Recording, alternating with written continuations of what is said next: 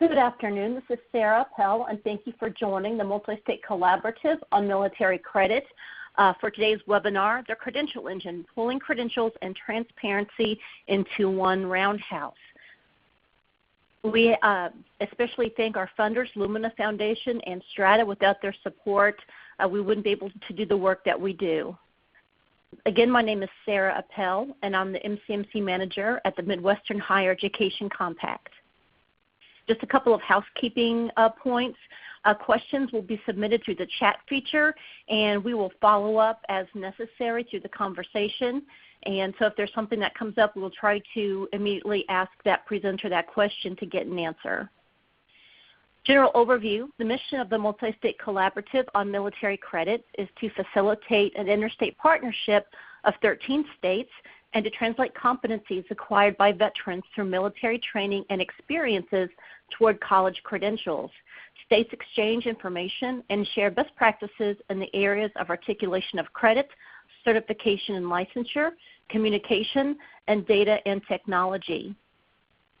Our principal goals are to assist states and post-secondary institutions in aiding military-connected students with critical life transitions from the military to post-secondary education and then from post-secondary education to civilian employment.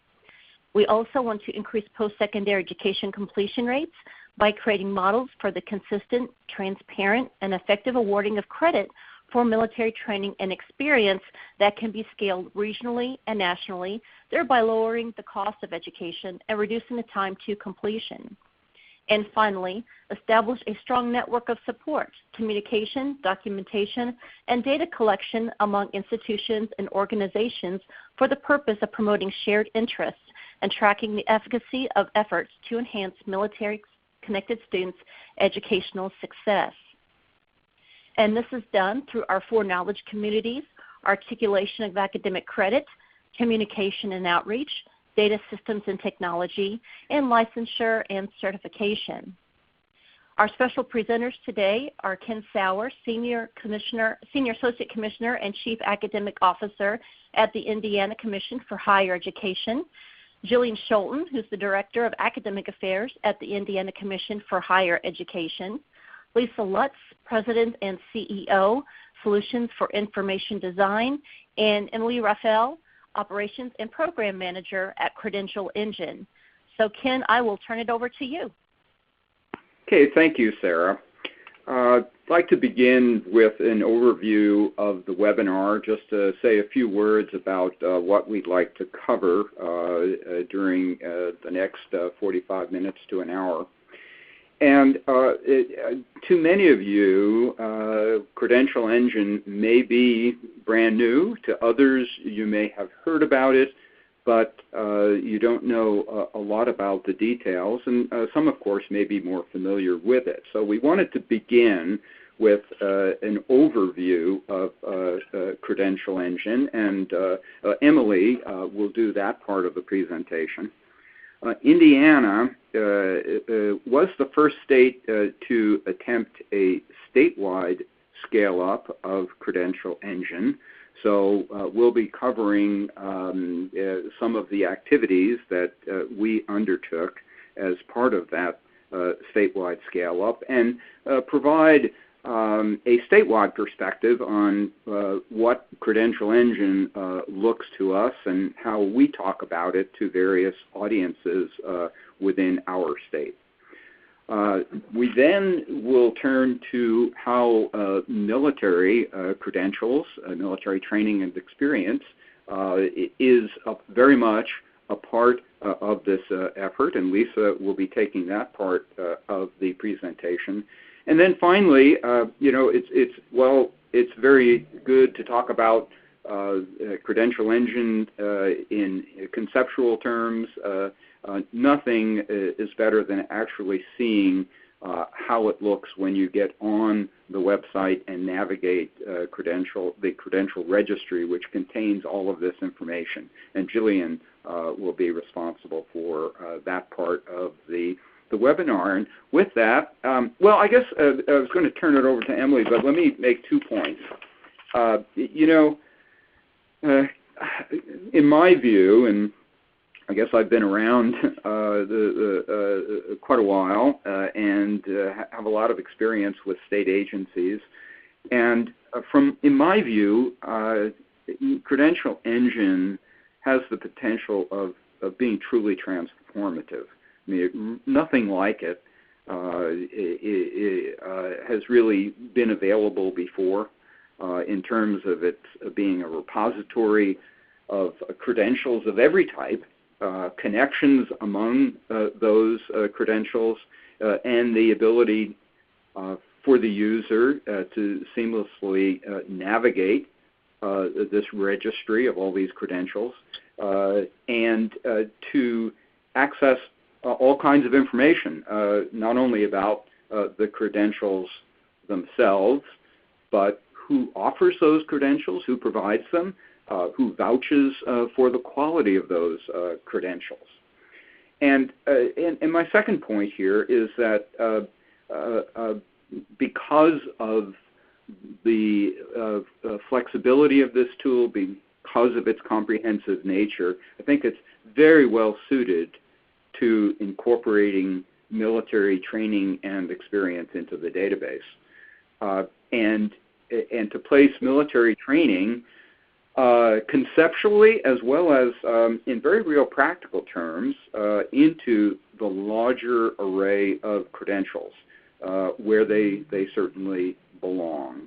Credentials, after all, are about what individuals know and can do with that knowledge, and clearly the service members during their service in the armed forces pick up some excellent training and experience, and that ought to translate into advanced standing when they separate from the military and seek to acquire some additional education.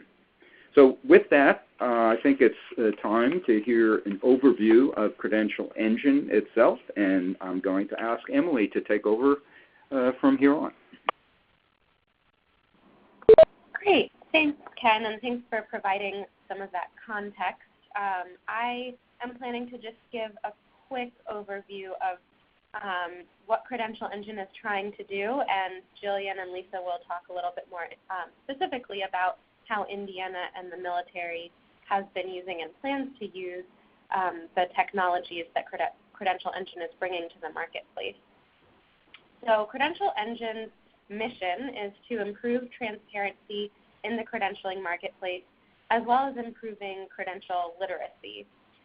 So as I'm sure most people on this webinar knows, there are a lot of credentials out there in the marketplace. We just released a report estimating over 300,000 credentials in the marketplace, and those range from badges to licenses to certifications and degrees and certificates and all of the other types of credentials in between. And there's never been a good common way to talk about or understand those credentials, and there's not a lot of information out there that's easy to find about most of those credentials. So our goal is to make that marketplace more transparent, and we are doing that in a number of different ways using some different technologies. So the first thing that we've done is created a credential transparency description language. It's our common language that's being used to describe the key features of credentials, credentialing organizations, and quality assurance, as well as competencies, assessments, learning opportunities. And we've developed this common term language so that those different types of credentials can be easily compared and understood, and everybody is using the same language to describe those credentials. So that common language, like I said, includes things like competencies, costs, information about assessments, general descriptions, links to web pages, and Jillian will show you a little bit more in detail what that looks like in the real world. And then using that common language, we are building a registry of credentials. So eventually we want to capture all of the information about all of those 300,000 credentials in the marketplace so that they're housed in one central location using that common language. And that registry will be open source. So all of the data will be able to be pulled from by different types of users. So we are building a search application called Credential Finder. That's what Jillian is going to be demonstrating later today. But we also think that there will be an open applications marketplace where different types of vendors will create applications that pull our data in for specific uses. And I'll talk about that in a little bit in more detail. So in order to populate the registry, we obviously have to work with a lot of different stakeholders. So as Ken mentioned, and as we'll be talking about a little bit more shortly, we're working with states to scale up within specific industries to start with, but eventually we want to capture all of the credentials within those states. So currently we're working with Indiana and New Jersey, and we are about to pull in a handful of new states to start working with state agencies to pull in data from all of those state institutions. We're also working with just credential issuers that are interested and have heard about Credential Engine, and we help them publish to the registry sort of as a one-off. We've been working with vendors like Banner or other course catalog systems to figure out how to work with them to publish the data that they have with permission of the institutions whose data it is. And we're also working on some industry scale-up initiatives. So we're just about to kick off a retail and hospitality industry initiative. We're also looking into IT and healthcare industry initiatives. And that those initiatives, we will be inventorying the types of credentials that are working within those industries and then working with those credential providers to populate them to the registry. And then obviously working with app developers to then pull that data from the registry so that it's actually being used across different users and use cases. So obviously we don't want that data to just sit there in the registry. We want it to be used, and we have a lot of different ideas about how that data could be used. So we think students and workers who are looking to change their careers and returning veterans will be able to use the data to figure out what's next on their career path and which credentials make most sense as they are working towards a new career. Employers can pull the data into their recruitment and HR vendor systems so that when employees or prospective employees apply to their open positions, they're able to see what the competencies are behind the credentials that are listed in their resumes. Educators can review what their peers are doing and what they're offering in terms of overall credentials, and also how they're assessing their students or what competencies are taught, and make sure that they are also competitive still in the marketplace.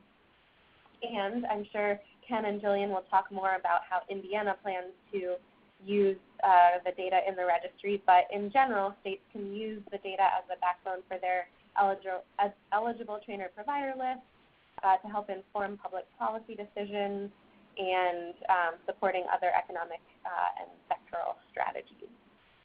This is Sarah. We do have one question. No, is Wisconsin one of the other states with which you're working? Wisconsin is not one that we are formally engaged with yet, although we've had, I think, some early conversations with them, but they are not yet one of the states that we're formally working with. Thank you. Sure, and I can kick it back to Indiana to give some more context about what they've been doing within the state. Okay, thank you, Emily. And we had to take a look at some technical considerations. So we were going to show a video, but we are not going to. So it's actually on the slides that are on the MHEC website. So if you'd like to go ahead and take a look, it's a great 90-second video that we have from our partners with Ivy Tech Community College and the Indiana Project. So definitely after the webinar, please feel free to go ahead and take a look at this. And it features Commissioner Teresa Lubbers of Indiana, and clearly it must be good now. Yes. So. All right, let me go over the project timeline to start things off. In February of 2017, Indiana submitted a proposal to Credential Engine for support to scale up the credentials in Indiana as part of a statewide effort. We're very pleased to receive that grant. And immediately we turned around and wrote a subcontract with Lisa Lutz and her colleagues at Solid. We gave half of our grant to Solid to work with seeing how military training and experience could be represented on Credential Registry. This is just underscores the importance that we placed on making sure that the training and experience that our veterans received while in service could be recognized as it should be as part of the larger array of credentials that are out there. Along those lines, Lisa and Jillian and I went to MHEC in San Antonio, the medical education training campus, where all the allied health training for the military occurs, and that just underscores the importance of seeing how military training and experience could be put on the registry. I should also say that we also went to Army University the following month in November of last year and had a similar conversation with the leadership there. In December of 2017, we had the national launch of Credential Engine in Washington, D.C., and a week later, we had the Indiana rollout event, which featured the work that we had done here in Indiana beginning in February of last year. The Commissioner Lubbers was a part of that. Ivy Tech President Sue Elsperman, Ivy Tech is our statewide community college system. She also was a featured speaker at that event. It was about a 2.5 hour event. And during the course of that event, we described not only Credential Engine in general terms, but specifically took a look at 10 use cases which demonstrated the value of Credential Engine. So let me briefly describe what those use cases were. There are actually three that had to do with the healthcare industry. So we had specifically worked with the nursing community here in Indiana to represent nursing credentials in the registry. We had similar conversations with those providing mental health services, and specifically we worked with the Indiana Council of Community Mental Health Centers to explore how Credential Engine could be of use to employers in that area. And then finally, we looked at the ways in which allied health programs could be included in the registry, and to that end we explored several specific examples and included as much information as we could on programs that prepared people for careers in allied health. As I mentioned, military training and experience was a very important part of the Indiana rollout and statewide scale-up of Credential Engine, and I'm going to leave that to Lisa to explain in greater detail later on in the webinar. While a focus on the healthcare industry and military training and experience constituted the initial part of the Indiana scale-up, we wanted to go beyond that to also explore how the Credential Engine might be useful in other areas. So Indiana has a large dual credit program, so we explored the extent to which the occupational preparation in high schools, where high school students can actually earn some third-party certifications and prepare for training at the post-secondary level, education and training at the post-secondary level. So we wanted to explore that particular use case. To that end, we had two individuals who played key roles in providing dual credit opportunities to high school students throughout the state. And I think that was a very, very useful way to explore that particular application.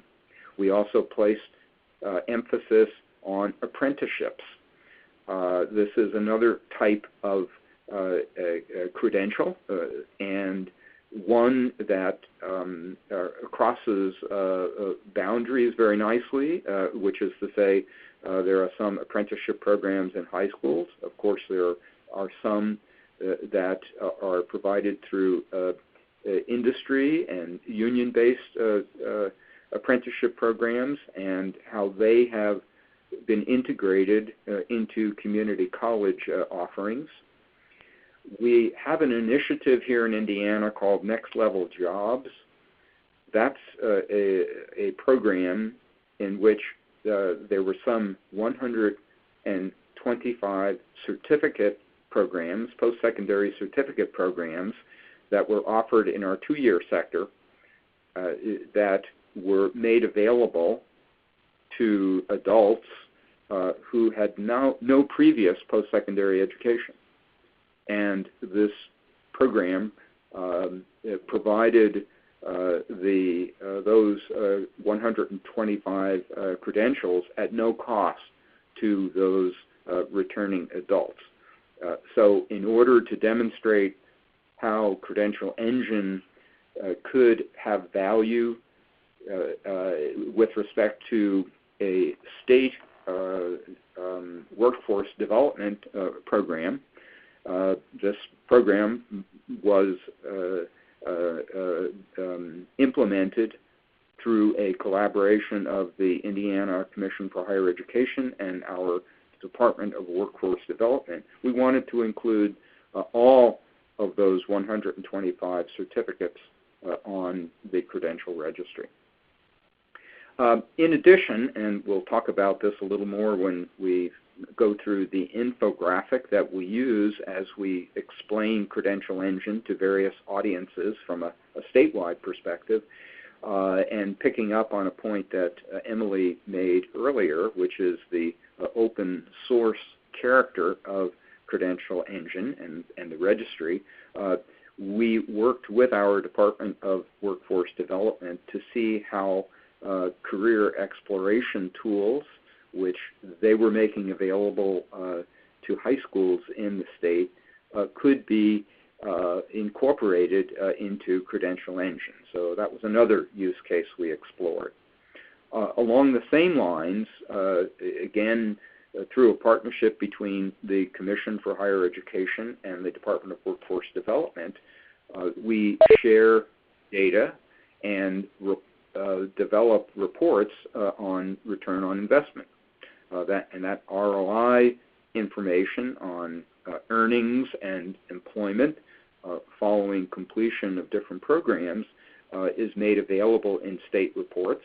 And we explored how those reports might also be connected to the registry and made available to individuals as they navigate the database that's contained in the registry.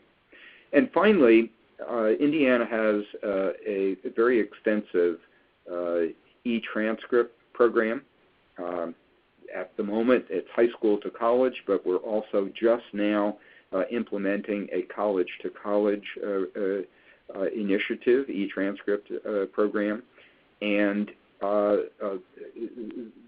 ultimately, there is a way, we believe, that individual credentials can be connected to employment opportunities using Credential Engine. So we wanted to explore how our e-transcript program, in this case we use Parchment, through a MHEC contract to see how that particular initiative, that particular use case could be incorporated into the overall implementation of Credential Engine.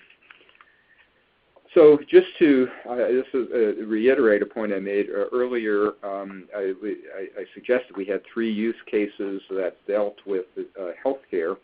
That clearly was an important focus of our statewide scale-up. As we looked at reports that were prepared by our Department of Workforce Development and looked at the top 50 jobs for employment opportunities within the state, 1/4 of those were in healthcare.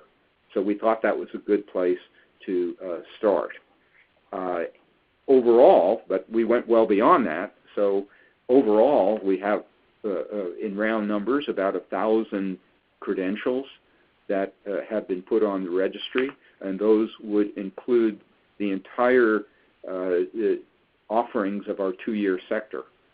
So we have two-year institutions, Ivy Tech, our statewide community college, and Vincennes University. All of their credentials, all certificates and degree programs are on the registry, as well as many programs from public universities. I should also say that we worked with 2 nonprofit private universities to incorporate their credentials as well.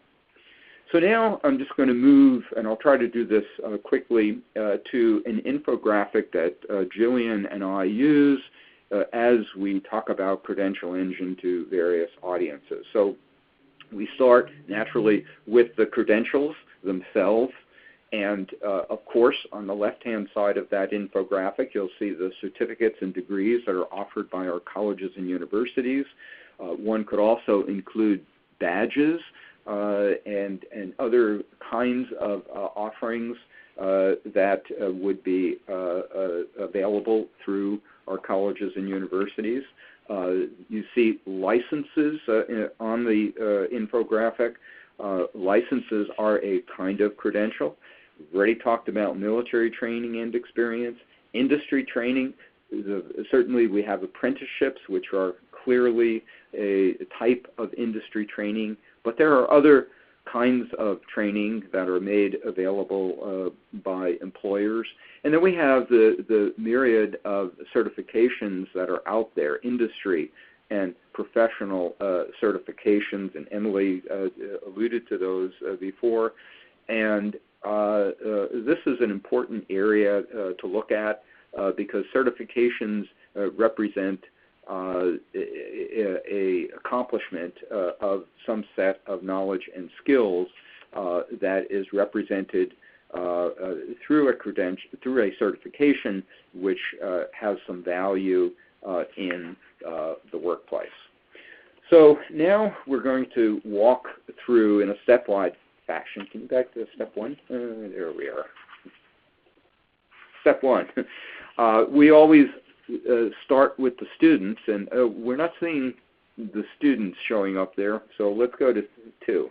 It looks like it's not on there. For okay, well, you see there's an upper arrow on the top part, there's supposed to be a rectangle which says students, because after all, not surprisingly, at the Commission for Higher Education, students are first and foremost on our minds, and we always want to think about how various applications that we use can serve students, and clearly Credential Engine is an extraordinary tool that can be useful to students.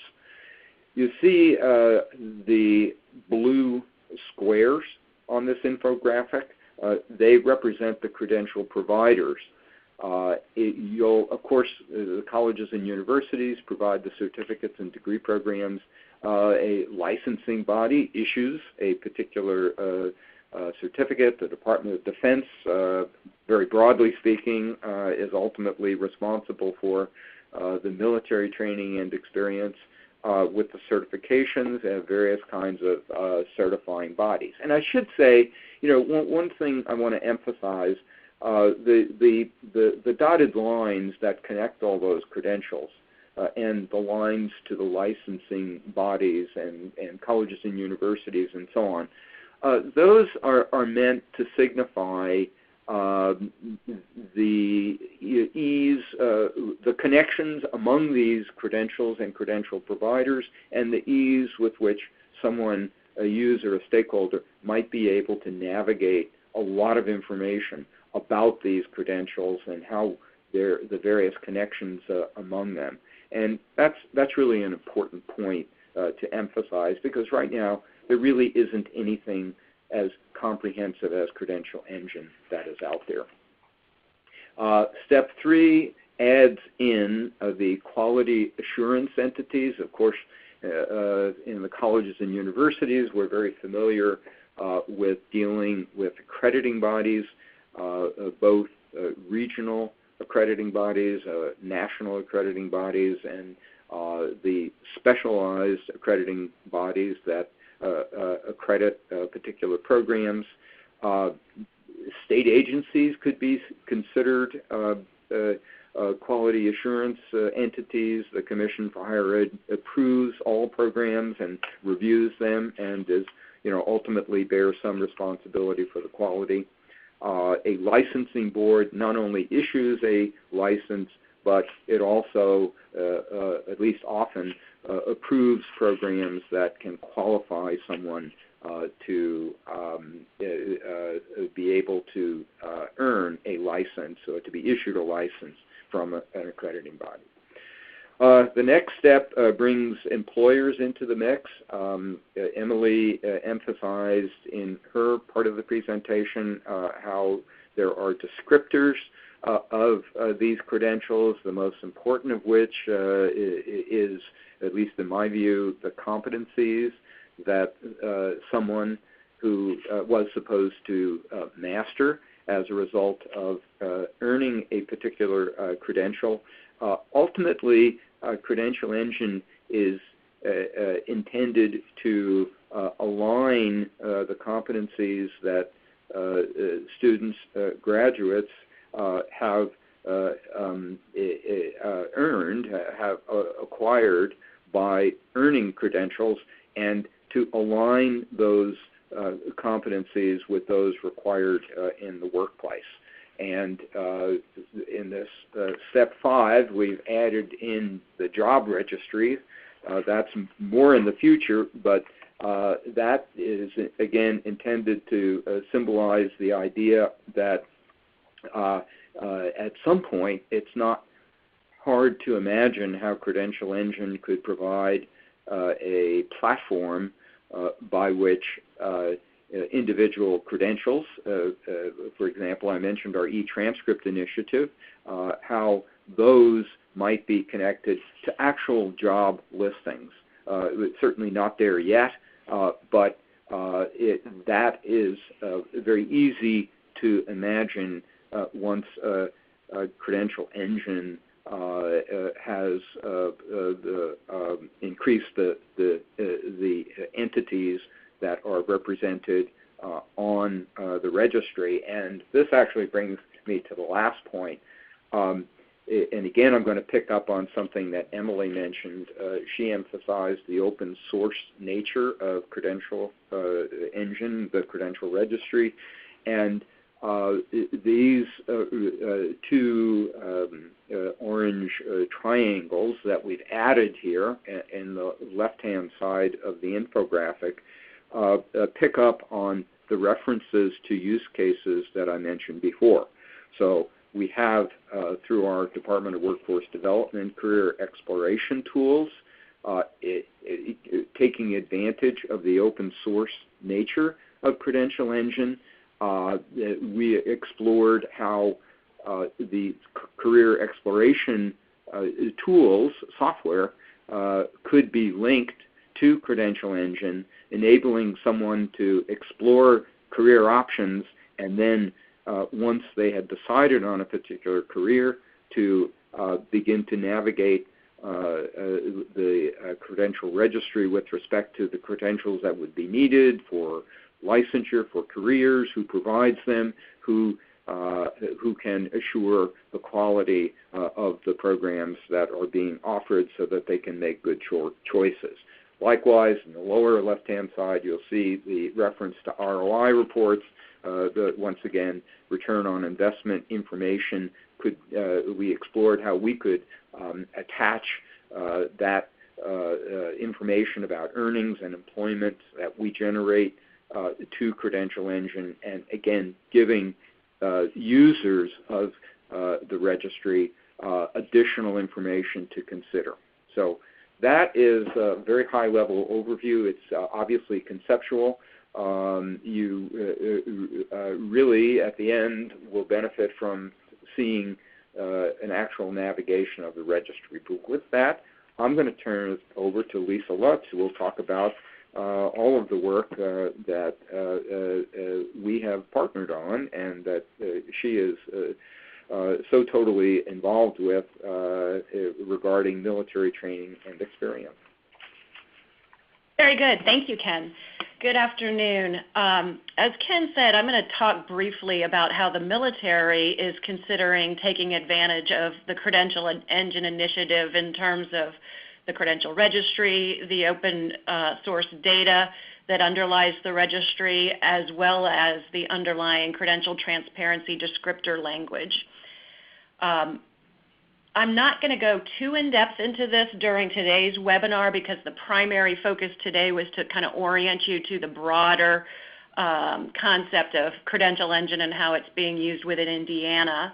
But for those of you who are part of the MCMC initiative and will be attending the annual meeting in Chicago in a couple of weeks, I will also be there and will talk more in depth about how the military has participated in the Credential Engine initiative. I'll be joined there by Barry Moore, who is with the Medical Education and Training Campus, and we'll discuss METC's participation in the registry, which is being done in collaboration with the Uniformed Services University of Health Sciences. So in brief, the overall premise in terms of the military's use of the Credential Engine initiative is that it stands to gain both as a consumer of information and a provider of information. If you think about it, the military has a very strong stake in credentialing. Firstly, they have a long history of promoting the attainment of civilian credentials, particularly degrees, but in more recent years, also certifications, licenses, apprenticeships, and certificate programs. The military has really embraced these things as a way to address all aspects of the military life cycle, from recruiting to transition, and to particularly emphasize professional development. So in promoting the attainment of civilian credentials, the military also has to set some criteria for which credential service members can pursue with DoD funds. So in that sense, they also recognize specific credentials. So they promote credentials, they recognize credentials, but an area that you might not think about too much is that they also offer credentials. The military offers both traditional credentials, which are very comparable to the kind that you might find in the civilian workforce and use a lot of the same terminology and quality assurance providers, that kind of thing. And I'll talk about those a little bit more on the next slide. But if you think about it, the military also might be considered a provider of non-traditional credentials. The military invests tens of thousands of dollars in providing state-of-the-art training to its military service members. Oftentimes, the military training programs have been recognized or accredited by the same types of quality assurance bodies that review colleges and universities, programs and institutions. So while they're not, and if you think about the training programs that are offered, for example, the training programs that are offered through the medical education and training campus in the healthcare arena, they are accredited by the same programmatic accreditors that would accredit college and university healthcare programs, like the Council of Accreditation of Allied Health Education. So while these training programs are not necessarily formally called certificate programs, this is very much what they are. And now with some of the additional capacity of the USU, the Uniformed Services University of Health Sciences, in the healthcare arena, they're actually going to be able to award credit and offer undergraduate degrees in the healthcare area. This slide is intended to show you examples of the types of traditional credentials that are offered by DoD. And you can see, again, it cuts across all types of credentials: degrees, certificates, certifications, and apprenticeships. And then finally, in terms of the potential benefits that the military expects to gain from participation in the credential registry, one in particular is improving the military access to the comprehensive information that's going to be contained in the registry on civilian credentials. If you think about it, the military, in all of its roles with promoting and recognizing civilian credentials, has to keep track of a lot of data on credentials, everything from the competencies that are addressed by the various types of credentials, the organizations that recognize the credentials, how credentials might be connected so that they can show service members potential career pathways, and then whether or not the credential is in demand by employers. That actually is a criteria that was incorporated into some recent legislation that governs which certifications and licenses the military can pay for. Another long-term goal is to establish the military as a credential provider. The idea of being a provider of both traditional and non-traditional credentials. I've mentioned the robust connections that already exist between military and civilian credentials in terms of quality assurance and the extent to which they're recognized by other civilian stakeholders. So this will give them an opportunity to really demonstrate those connections. And I think Ken did a great job of highlighting those connections in the information graphics he shared. Another long-term goal is to incentivize credentialing agencies who have already evaluated military training and experience for relevance to their credential and perhaps give credit for the military training and experience to demonstrate those best practices in the registry. And that's one of the key outcomes, I think, of the Indiana initiative, where the state of Indiana, both in terms of some of the academic institutions and the state licensing agencies, have taken steps to specifically recognize military healthcare training, and those connections and that recognition are captured in the registry. And then finally, the last long-term goal is just to serve as a mechanism to signal DoD and the military services credential needs for prospective military and civilian personnel. DoD is clearly probably one of the largest employers in the nation, and they have the same needs that civilian employers do in terms of being able to hire people with the right credentials. So that we're hoping that the Credential Engine initiative can help the military provide that demand signal. With that, I tried to go quickly so that we would give Jillian a little bit of time to demonstrate the registry. So Jillian, I'll turn it over to you. Thanks, Lisa. Yeah, we're going to go through the registry pretty quickly here because I know that we need to have some time for questions.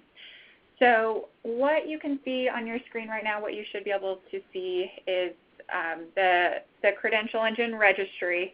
And this is the publishing side, so this is going to house all of the credentials that are on here. You can also go and view the registry on your own if you'd like to after this webinar, and you can search through the system of the credentials that are all approved by the organizations that published them. So that number is not going to be quite as high as you see right here with the 2,253 results, but this is that publishing side that we've been working on to input our credentials, and then they move over to that live site. So it's really a pretty easy to use search system. You can search credentials, organizations, assessments, or learning opportunities, and just type in whatever it is that you're looking for. We're going to focus today on the AS, the Associates in Pharmacy Technology at Vincennes. But if you'd like to look on here and maybe you just want to filter it by certain areas, there are some options on there too. So you could look just for certificates if you want to maybe find a certain license. And then you can also search through occupations, industries, and this long list that are over here as well. So for the AS in Pharmacy Technology, when you find results on Credential Engine, they're all going to look very consistent with this result that's right in front of you. So it's going to have a brief overview of the information and then have these gray boxes at the bottom.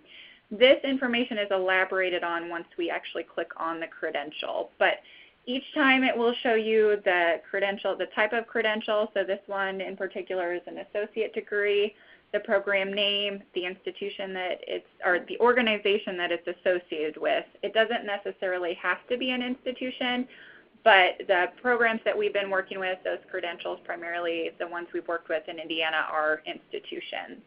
Then it does give a brief description, which you can actually hide if you're looking to find some search results, maybe a longer list of them. It might be easier to search through if the description's hidden. But if we click on the Pharmacy Technology program, again, each credential is going to look very consistent. If you click on multiple different options, it's going to come up with these three columns. So you have the basic information about the credential. You can also go to the website for this credential and then find out some basic information about it and associated keywords. When the program became active was in 2006, that's listed right here. The middle column is going to tell you about the owner of the credential. So in that case, in this case, it's Vincennes University, and you can read specific information about Vincennes. So if maybe you're not familiar with Vincennes, where it's at, you can actually click straight on this link here to go to the Vincennes University page. They actually have their own page, and you can read all about Vincennes. But then a lot of the great information on Credential Engine is actually going to be here in this right-hand column. So you can see the competencies, and what you would need to do is actually click straight on here. But you can see these competencies that the associated exam for a certified pharmacy technician, this is what is assessed by that exam. And then this is also, it teaches 6 competencies. So if you complete this AS and Pharmacy Technology program at Vincennes, these are the learning outcomes that you're going to come away with if you complete the program. With the connections, there's a lot in here. You can see it shows that there's the preparation for 2 credentials.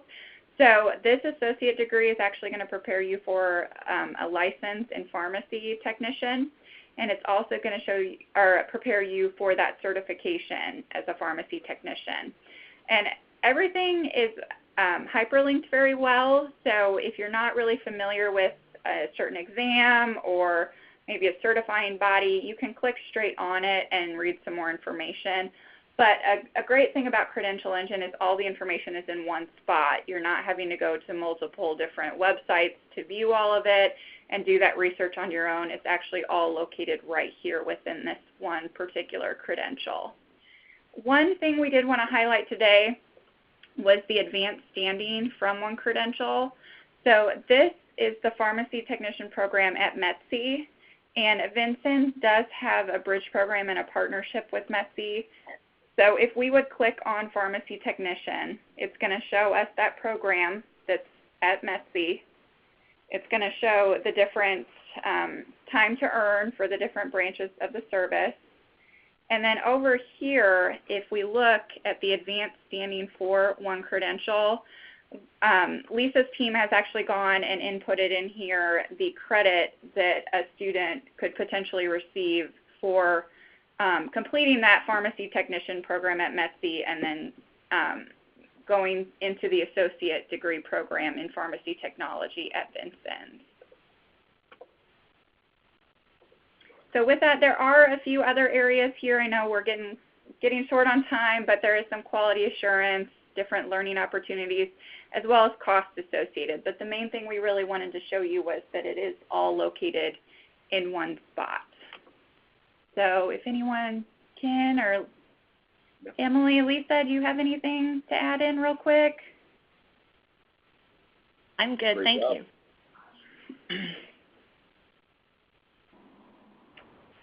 Right. And I guess that it's time to toss it back to Sarah for questions. Absolutely, and thank you all very much. This has definitely been very intensive, but very much needed information on credentialing. I do have a question for our presenters. What's the one thing you would like for our listeners to take away from today's webinar? Well, this is Ken. I think, as I mentioned earlier, there is nothing like this that is available presently. For many decades, I have worked with academic programs that led to licensure, transfer credits, to dual credits, to dealing with certifications, what programs it prepared one to be certified, how accreditation entered into the picture, and then for the past 6 years or so working on military credit. And this provides, Credential Engine provides a platform that can connect all of this information in ways that have never been done before in one place. And it allows the user, as Jillian just demonstrated, to navigate among all of the entities that are included in Credential Engine. It will take a while to fully realize the potential of Credential Engine. Well, when I say it takes a while, I guess that's all relative, how long it will take. But it clearly, with every month, as more users, as more entities put their credentials on the registry, it becomes more powerful. So just as MCMC has provided a vehicle for states to collaborate and make states and institutions to collaborate and make great progress on military training and experience, I think so too the same thing can happen with Credential Engine. And wouldn't it be great to use Credential Engine as a way for connecting all of the work that's been done in the context of MCMC on recognizing the skill sets that veterans have acquired during their service in the military. Thank you, Ken, and that leads to a nice segue into a question that we received. The question is, did I see you refer to the Army's Credentialing Opportunities online website? Yes. Hi, this is Lisa.